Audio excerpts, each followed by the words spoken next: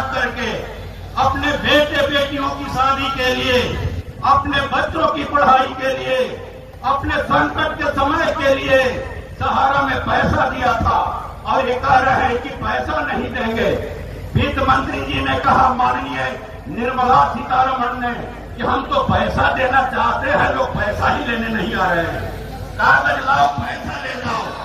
कहा हमने ये पोर्टल का खेल बंद कीजिए। आप बहुत हो चुका पोर्टल का खेल।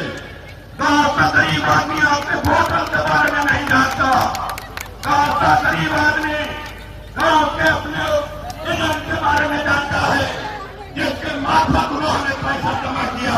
आप पोर्टल का खेल खेल रहे हैं। आप सहारा इंडिया के मार्फत, एजेंटों के मार्फत गरीबों का पैसा दिलवाइए। आपको पैसा देना होगा, प्याज के साथ पैसा देना होगा। और जिन निवेशकों की मौत हुई है, जिन एजेंटों की मौत हुई है, उनको 10 लाख अतिरिक्त मुआवजा देना होगा। ये सवाल हमने कहा कि पैसा देना है और नहीं पैसा दीजिएगा तो सहारा के मुंह में हाथ डाल करके, बिहार भारत सरकार के मुंह में हाथ डाल करके निवेशक पैसा लेंगे। निवेशक पैसा छोड़ने वाले नहीं है। पसीने की कमाई है। जिंदाबाद जिंदाबाद जिंदाबाद। हम पैसा जमा किए हैं और हमारे ही पैसा से आप अपने बेटे बेटियों की शादी कीजिएगा और इस्लाम शादी कीजिएगा। देसी विदेशी कलाकारों को बुला कर नचाइएगा। हजारों करोड़ खर्च होगा, ये नहीं होगा। ये अन्याय हम लोग बर्दाश्त नहीं करेंगे और आपको पैसा देना होगा, देना होगा। और हम लोग देख रहे हैं कि पूरे भारत में भूचाल आया हुआ है और जो सहारा के साथी भी यहाँ आए, हम लोग जानना चाहते हैं, आए साथी ज्ञापन लेना चाहते हैं, हम लेंगे। लड़ाई हम लोगों को 3 मोर्चे पर लड़ना होगा। आप लड़िए हाई कोर्ट में, आप लड़िए सुप्रीम कोर्ट में। हम आपकी आवाज उठाएंगे विधानसभा के अंदर, हम आपकी आवाज उठाएंगे लोकसभा के अंदर। एक लड़ाई का तीसरा मोर्चा है और वो है सड़क का मोर्चा। यही सड़क का मोर्चा आपको अपनी लड़ाई में जीत दिलाएगा।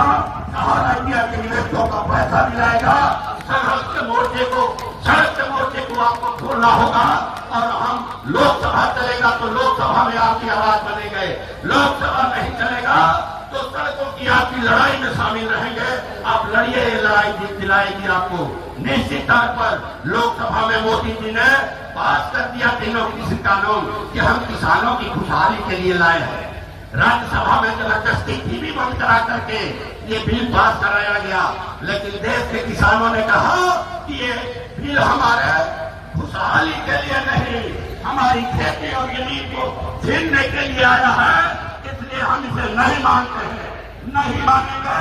और दिल्ली के टिकरी बॉर्डर पर, शाहजहांपुर बॉर्डर पर, गाजीपुर बॉर्डर पर 1 साल 13 दिनों तक लोकतांत्रिक तरीके से धरना दिया। 750 किसान शहीद हुए, किसान कह कर आए थे। मित्रों नमस्कार, मैं राजेश शुक्ल आप सभी मित्रों का हमारे इस चैनल पर हार्दिक वंदन है, अभिनंदन है।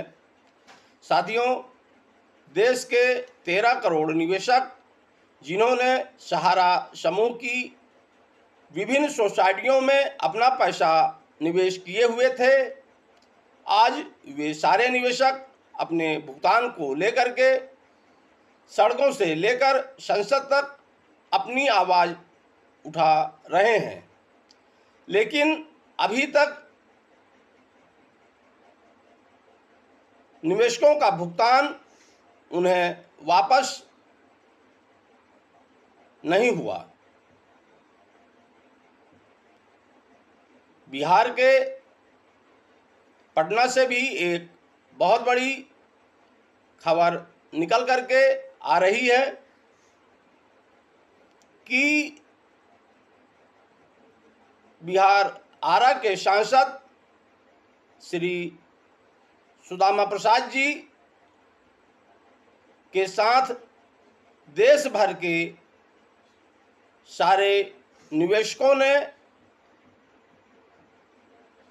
एक मीटिंग किए और इस मीटिंग में आज देश में जितने भी संगठन अभी तक सहारा समूह के भुगतान को लेकर के अलग अलग लड़ाइयाँ लड़ रहे थे, अब वो सारे संगठन एक होकर के एक मंच से अब सहारा निवेशकों के भुगतान को लेकर के आवाज़ उठाएंगी और बहुत जल्द आप लोगों को एक बहुत बड़ा आंदोलन देखने को मिलेगा, क्योंकि अभी तक ये सारे संगठन अलग अलग निवेशकों के भुगतान को लेकर के लड़ाई लड़ रहे थे, लेकिन अब सारे संगठन निवेशकों के भुगतान को लेकर के एक हो गए हैं। 3, 4, 5 सितंबर को सर्वोच्च न्यायालय में जो सुनवाई हुई, उसका आदेश भी अब साइट में अपलोड हो गया है और सहारा समूह को अब 9 महीने का समय मिल गया है।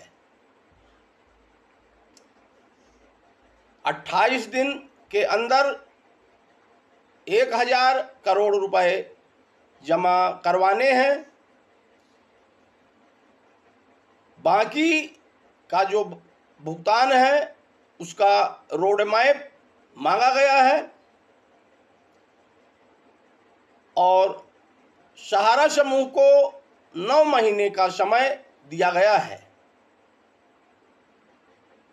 जब जब सर्वोच्च न्यायालय में सहारा से संबंधित कोई केस लिस्ट होता है, सहारा समूह के निवेशक बहुत ही बेसब्री से इस बात का इंतजार करते हैं कि शायद निवेशकों के भुगतान को लेकर के कोई अच्छी न्यूज निकल करके सामने आएगी। अब पिनाक पानी Mohanty versus union of India का भी केस जो सर्वोच्च न्यायालय में चल रहा है वो भी पुनः लिस्ट हो चुका है और 27 सितंबर की डेट पुनः लगी हुई है। अब निवेशक इसका भी इंतजार कर रहे हैं कि शायद 27 सितंबर को जो सुनवाई होनी है, शायद उसमें पोर्टल के संबंध में या भुगतान के संबंध में कुछ अच्छा निकल करके सामने आएगा, क्योंकि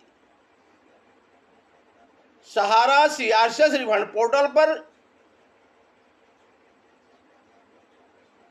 देश के सारे निवेशक यानी कि जो भी निवेशक पोर्टल पर ऑनलाइन किए हुए थे, तो कुछ निवेशकों को छोड़ करके ज़्यादातर निवेशकों के आवेदन रिजेक्ट हो गए हैं और उनके आवेदन में इतनी कमियां बताई गईं कि उन कमियों को निवेशकों के द्वारा दूर कर पाना संभव नहीं है। ये निवेशक जहां जहां सहारा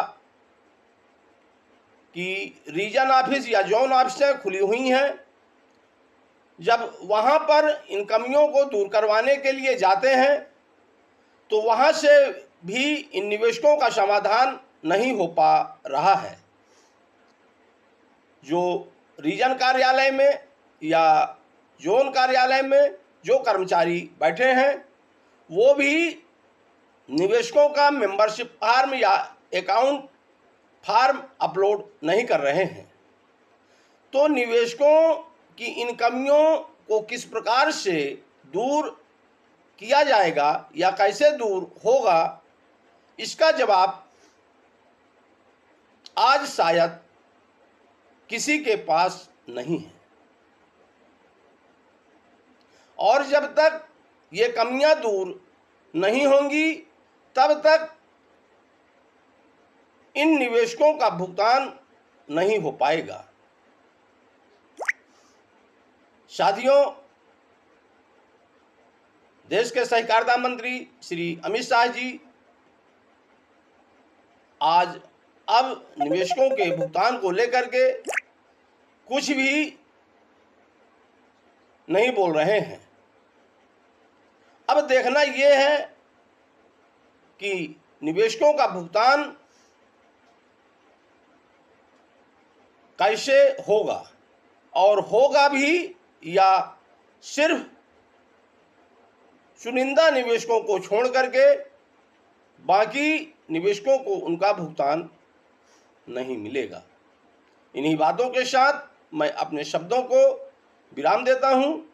आप सभी मित्रों को मेरा सादर नमस्कार।